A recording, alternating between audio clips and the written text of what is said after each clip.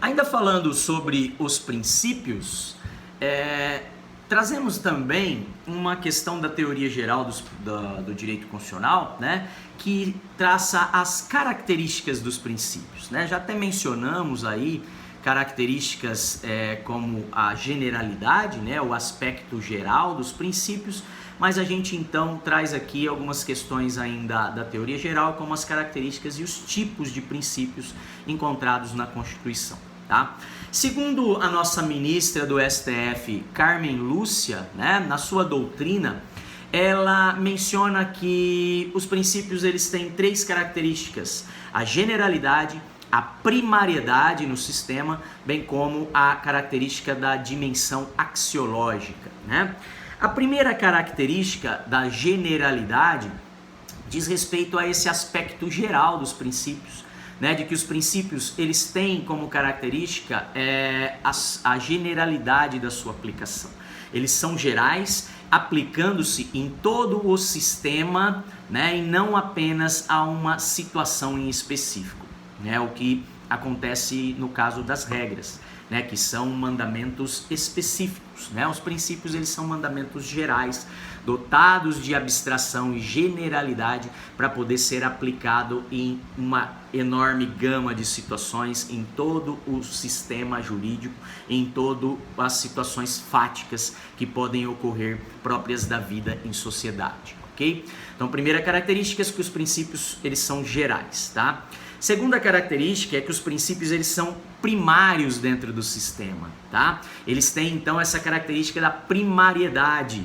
Eles são primários dentro do sistema porque a partir dos princípios é que surgem normas jurídicas, é que surgem outras regras e outros princípios que ali vão ser derivados, tá? Então, temos aí, podemos citar como exemplo para vocês o princípio do concurso público, né, que exige para contratações na administração a realização de concurso público, né, para uma concorrência e contratação do melhor candidato, do candidato melhor preparado, né, e também o princípio da licitação, que impõe também uma concorrência entre empresas que pretendem contratar com a administração, né, que pretendem vender um serviço ou um bem para a administração, tá? Então, a partir desses princípios do concurso público e da licitação, surgem, né, eles como princípios primários no sistema, eles levam ao surgimento de outros princípios, que seriam aí o princípio da moralidade, o princípio da impessoalidade, o princípio da isonomia, o princípio da igualdade, né, dentro dessas relações de direito administrativo, tá? Então, quando falamos de concurso público, né, o princípio do concurso público, ele exige também a aplicação do princípio da moralidade, ou seja, que esse procedimento seja feito com respeito à moralidade administrativa, sem fraudes, sem burlas para beneficiar qualquer candidato, né? Da mesma forma, o princípio da impessoalidade.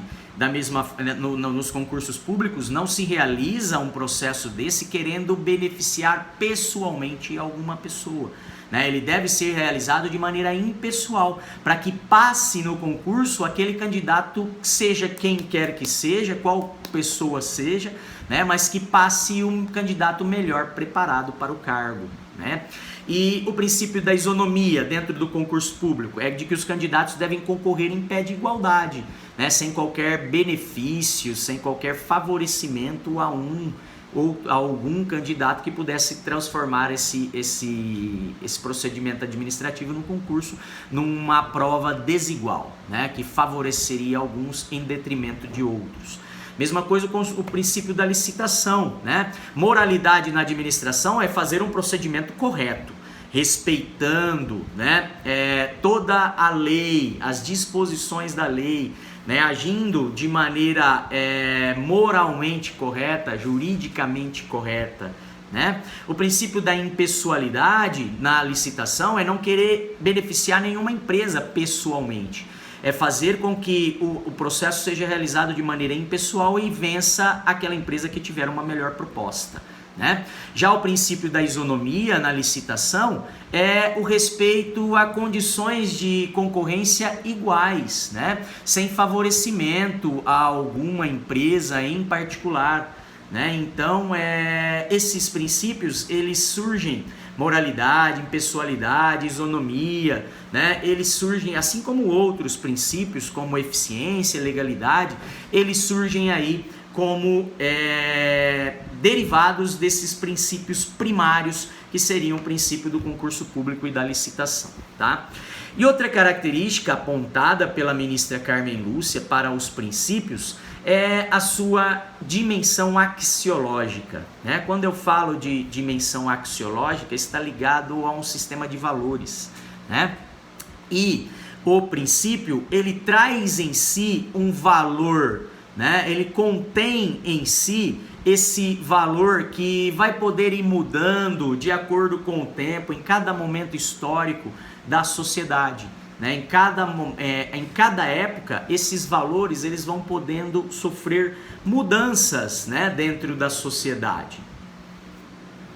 E esses princípios, então, né, como nós mencionamos a título de exemplo, o princípio da igualdade quando falamos do casamento entre pessoas do mesmo sexo, né? Que ao longo da história isso foi mudando, né? Não se pensava em igualdade quando a igualdade no direito de constituir uma família para pessoas do mesmo sexo e para pessoas de sexo oposto, né? Havia aí um tratamento desigual, porque as pessoas do mesmo sexo não poderiam contrair um matrimônio. Isso mudou, né? Mais recentemente, ao longo da história, isso foi mudando, e mais recentemente passou-se a entender que a verdadeira igualdade ela só seria respeitada quando as pessoas do mesmo sexo também pudessem contrair matrimônio, constituir uma família, né? Então, nesse caso, é um exemplo aí de mudança desses princípios, né? O princípio da igualdade, quando falamos de filhos havidos no casamento e filhos havidos fora do casamento, os direitos, né? Que antigamente os filhos havidos fora do casamento não tinham direito algum à herança deixada pelo pai, né? Mas esse princípio da igualdade passou a ser visto nessa relação jurídica, né, sucessória, ao longo dos tempos e de maneira mais contemporânea, mais recentemente, passou a ter uma mudança, a divisão com relação a esse princípio, né? E aí, hoje podemos falar de igualdade entre filhos havidos no casamento e filhos havidos fora do casamento, né? Direitos de participação na herança para a esposa e a companheira, né? Aquela então que contraiu o casamento e aquela que vive numa situação de união estável. Atualmente gozam dos mesmos direitos à partilha de bens, seja em razão do divórcio, seja em razão da sucessão, né, da morte do cônjuge, né? Então, nesse sentido é que os princípios eles trazem essa dimensão axiológica, eles representam um valor, né, que para a sociedade, para o Estado, e que pode mudar ao longo da história, né? Pode passar por uma evolução no seio da sociedade, ok? Ainda sobre princípios, né, temos que mencionar a questão da característica da hierarquia superior dos princípios, né? Os princípios constitucionais, nós falamos que eles se irradiam por todo o sistema, é porque eles são dotados de hierarquia, né, normativa. Eles se encontram num plano hierárquico superior dentro de todo o sistema normativo, de todo o sistema jurídico do Estado, se irradiando por todo o ordenamento, inclusive o ordenamento constitucional, tá? Então, pensando naquela pirâmide de Kelsen, os princípios estariam lá em cima, no ponto mais alto, se irradiando, assim como os direitos fundamentais, né? Se irradiando por todos os demais ramos do direito, vinculando, né, se relacionando com a própria Constituição, que ainda está no ápice da pirâmide, mas também com os demais normas jurídicas que integram o nosso ordenamento jurídico, as normas infraconstitucionais, que estão abaixo da Constituição, né? Quando nós falamos desta questão, nós falamos dessa capacidade dos princípios, né, de se irradiar por todo o sistema. E aqui a gente traz alguns exemplos para vocês dessa característica também da hierarquia, né? A característica da hierarquia superior dos princípios, né? normatividade superior, como alguns autores costumam mencionar, tá? Os princípios, então, vamos trabalhar nesse primeiro exemplo com o princípio da isonomia. Nós já falamos, ele se expande sobre as relações conjugais, né? Quando o 226, parágrafo 5º da Constituição Federal, ele menciona a aplicação da igualdade nas relações conjugais. O 226, parágrafo 5º diz assim, ó: os direitos e deveres referentes à sociedade conjugal, ou seja, entre marido e mulher, né, serão exercidos igualmente pelo homem e pela mulher, tá? Então, os direitos inerentes ao matrimônio, né, que são adquiridos a partir do matrimônio, do estabelecimento dessa sociedade conjugal, bem como os deveres, né, de respeito e de assistência mútua, né, também são oriundos da relação conjugal estabelecida, mas eles são frutos do princípio da isonomia nas relações conjugais, que exige um tratamento igualitário entre marido e mulher, né? Da mesma forma, o princípio da igualdade nas relações trabalhistas, né, pessoal? Lá no artigo 7º, inciso 30 da Constituição, encontramos ali que impõe um tratamento igualitário aos trabalhadores no que diz respeito ao valor dos salários, às condições de trabalho, ao exercício da profissão, né, no sentido de garantir a homens e mulheres uma mesma condição e um mesmo valor de salário, tá? Então, garantindo a igualdade nas relações do trabalho, né? Nós temos igualdade nas relações dos consumidores, nós temos igualdade nas relações tributárias, né, que impõe aí um tratamento igualitário também aos contribuintes, aos consumidores, né? Então, isso deixa claro esse caráter geral, né, e de normatividade superior desses princípios que vão se irradiar por todos os ramos do direito, né? Inclusive os ramos constitucionais e infraconstitucionais, ok? Outro exemplo aí que nós trazemos de princípios constitucionais e que demonstram aí essa hierarquia a respeito e obrigatoriedade, né, de observância a esses mandamentos nucleares, mandamentos centrais no nosso ordenamento jurídico, é o princípio da legalidade, né? O princípio da legalidade, ele é um princípio geral, como é característica própria dos princípios, né? E ele se expande sobre as relações de direito penal, de direito tributário, de direito previdenciário, de direito ambiental, de direito administrativo, tá? Então nós temos a legalidade no direito penal no sentido de que só há crime mediante lei anterior que o defina. Tá? Então impõe o respeito à legalidade. Só com a edição de uma lei é que passa a existir uma conduta criminosa no seio do Estado. Tá? Essa é a legalidade no direito penal. Mas o princípio da legalidade, ele se expande por outros ramos do direito, né? Ele se expande pelo direito tributário, no sentido de que não pode haver cobrança de tributos se ele não for criado por lei, e essa cobrança for também estabelecida, o modo dessa cobrança estabelecida por lei. Tá? Então, o princípio da legalidade, ele se expande também sobre o ramo do direito tributário, é um outro ramo do nosso ordenamento jurídico. Mesma coisa no direito previdenciário, não existem direitos inerentes à previdência social, né, direitos aos aposentados ou aos segurados do INSS, que não esteja definido em lei. Eles apenas têm, os segurados só têm os direitos previstos em lei, ou seja, que respeitem o princípio da legalidade, né?